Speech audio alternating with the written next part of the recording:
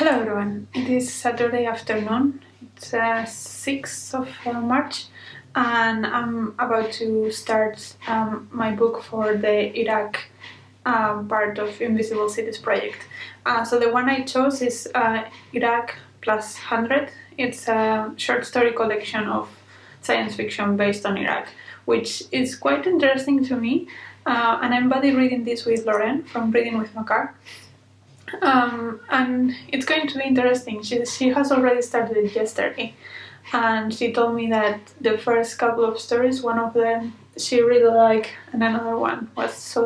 So I'm curious how I'm going to like it. But yeah, I thought I will just come and update you on the fact that I'm going to start this short story collection and my Iraq part of Invisible Cities. Hello everyone, so it's a little bit later, it's around 8 p.m. and I just finished the third story of the collection, and I'm really liking this so far.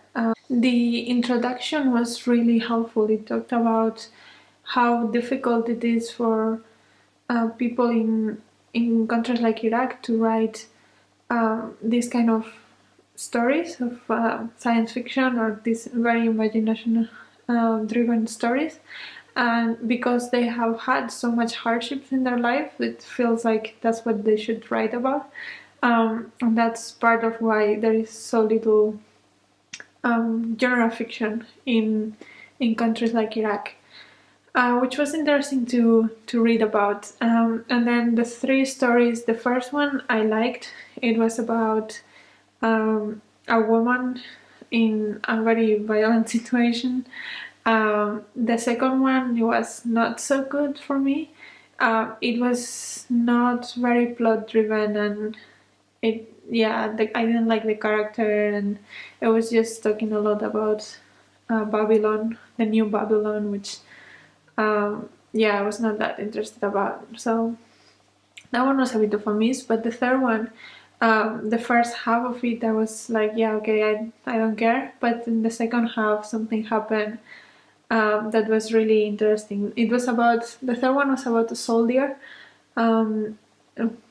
fighting against the Americans, and then he dies, but he comes back to when the wars have finished in Iraq, and then you can see like the flip side of the world, which was really interesting.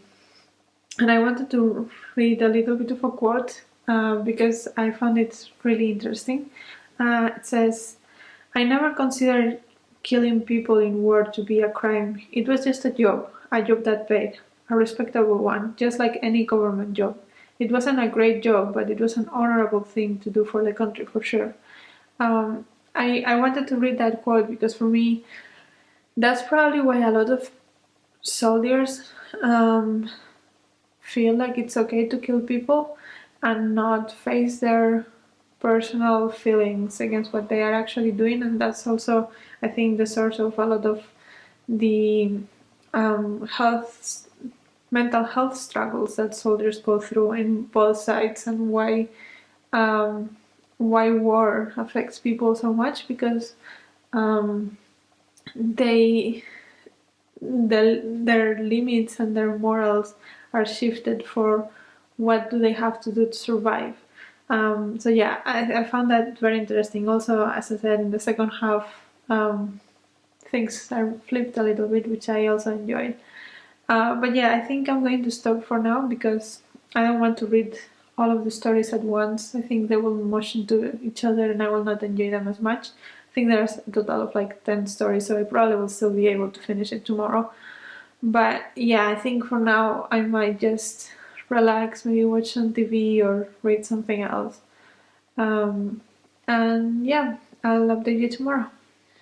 Hello everyone, it's Sunday morning, it's around 10:30, and I woke up a couple of hours ago and I was reading a little bit more of Iraq plus 100. I read 2 more stories, so I'm halfway through, and those ones were a bit meh, like I didn't make any impact on me. But yeah, I'm still liking it. The third one is still my favorite story. And I was talking to Lorraine about this book as well, and we were saying that even though this is supposed to be science fiction and it sort of happens in the future, it doesn't feel like the normal science fiction that we are used to.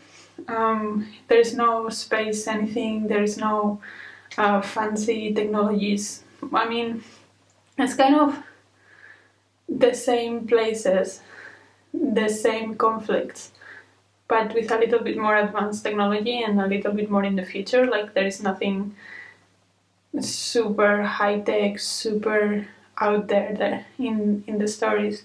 And it's also something that in the introduction says, that it's difficult when you have lived in and out of wars for the whole of your life to imagine something so outlandish.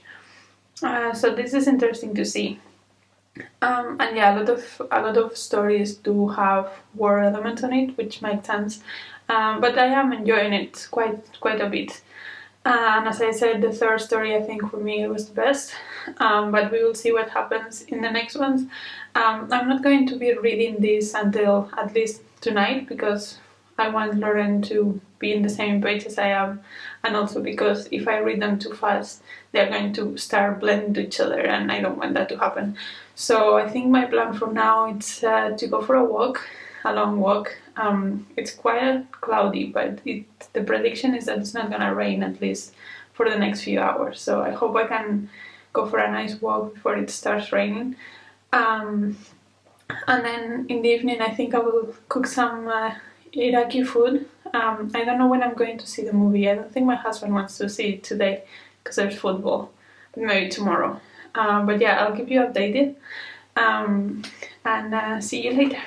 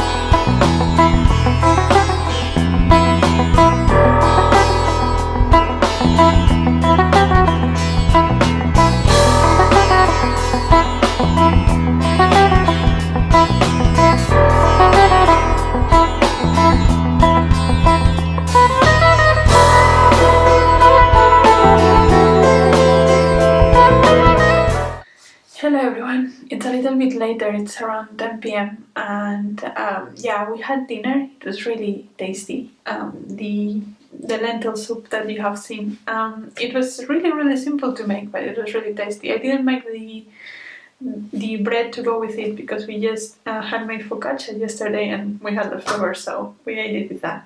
But yeah, it was really nice. I have also read a couple more stories of Iraq, 100 plus or plus 100, and the ones that I have read now had quite some potential. There was one about some rare illness and one about language and technology that had quite a lot of potential, but the execution was not what I was hoping for.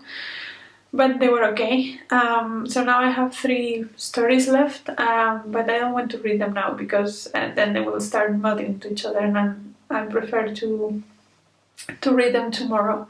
But yeah, and also Logan is roughly at the same point as I am, and we have similar thoughts about the stories. I think I like the third one more than she did, but other than that, I think we have similar thoughts about it. But yeah, I'm enjoying the experience to read them with her so far. And yeah, I think that's all I have to say for now.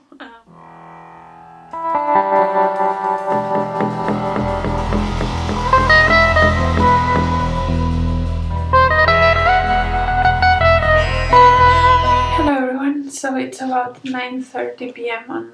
on Monday, and I just finished Iraq plus 100, and so I read one story this morning and then the last 2 just now. And the one I read this morning was crazy. It was very disturbing, but in a very interesting way. And I felt like it got its message across, and I really liked it. I think it's maybe my favorite. And the other two had some potential that I feel like they did not get realized, which is how I feel about a lot of these stories.